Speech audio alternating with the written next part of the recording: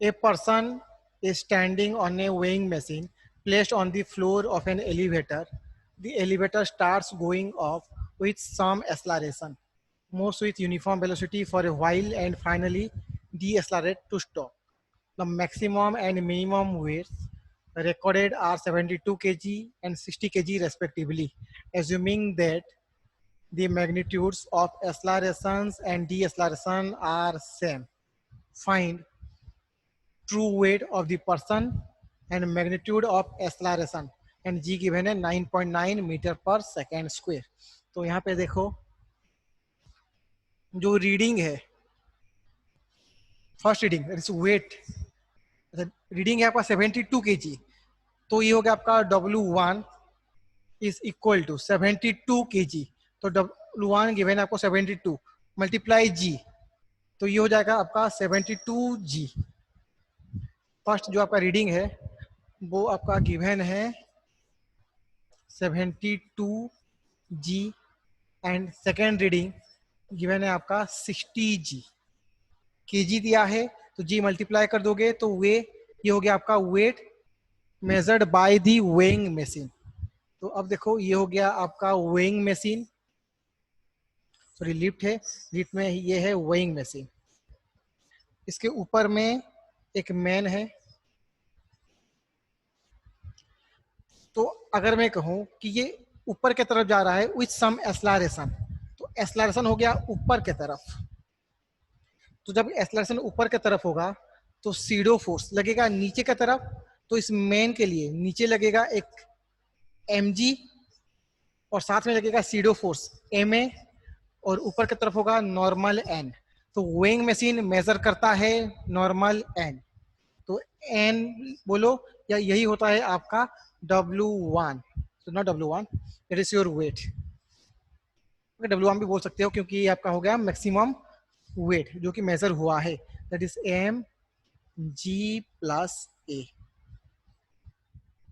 Similarly अगर lift downward move हो रहा है, सॉरी नॉट डाउनवर्ड, क्वेश्चन में गिवन है कि लिफ्ट अपवर्ड जा रहा है लेकिन डी एस्लारेट टू स्टॉप. यहाँ पे बोला है कि डी एस्लारेट हो रहा है. डी एस्लारेट हो रहा है मतलब एस्लारेशन है नीचे की तरफ. अगर एस्लारेशन नीचे की तरफ है तो फोर्स लगेगा mg नीचे एंड सीडो फोर्स लगेगा ऊपर की तरफ, that is opposite direction to acceleration of lift ma. और ये हो गया आपका नॉर्मल n. मान लो ये n1 है तो यहाँ पे लिखोगे n1 is equal to mg minus ma, और यही है आपका W2 is mg minus a, g minus a. तो ये हो गया equation 2. Now divide equation 1 and 2.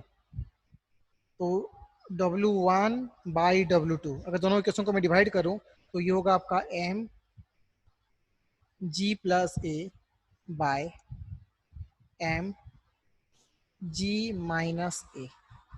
तो वैल्यू पुट कर दो. W1 is 72G by 60G is equal to, अच्छा यहाँ पे मास कैंसिल होगा, then g plus a by g minus a. तो यहाँ पे फिर से ये g हो गया कैंसिल. तो अगर मैं इसको 5 से डिवाइड करूं और 12 से डिवाइड करूं तो ये होगा आपका 5 एंड दिस वन इज 6. तो ये हो गया आपका 6g माइनस a is equal to 5g plus a. तो 6g माइनस 5g is your g, then 5a plus 6a is your 11a. 11a, ये हो गया आपका 11a. Then acceleration a is equal to g by 11. g हो गया आपका 9.9 divide by 11, then that is your 0.9. Acceleration होगा 0.9 मीटर पर सेकेंड स्क्वायर. ये हो गया आपका एक्सेलरेशन. तो अब आपको चाहिए एक्चुअल मास.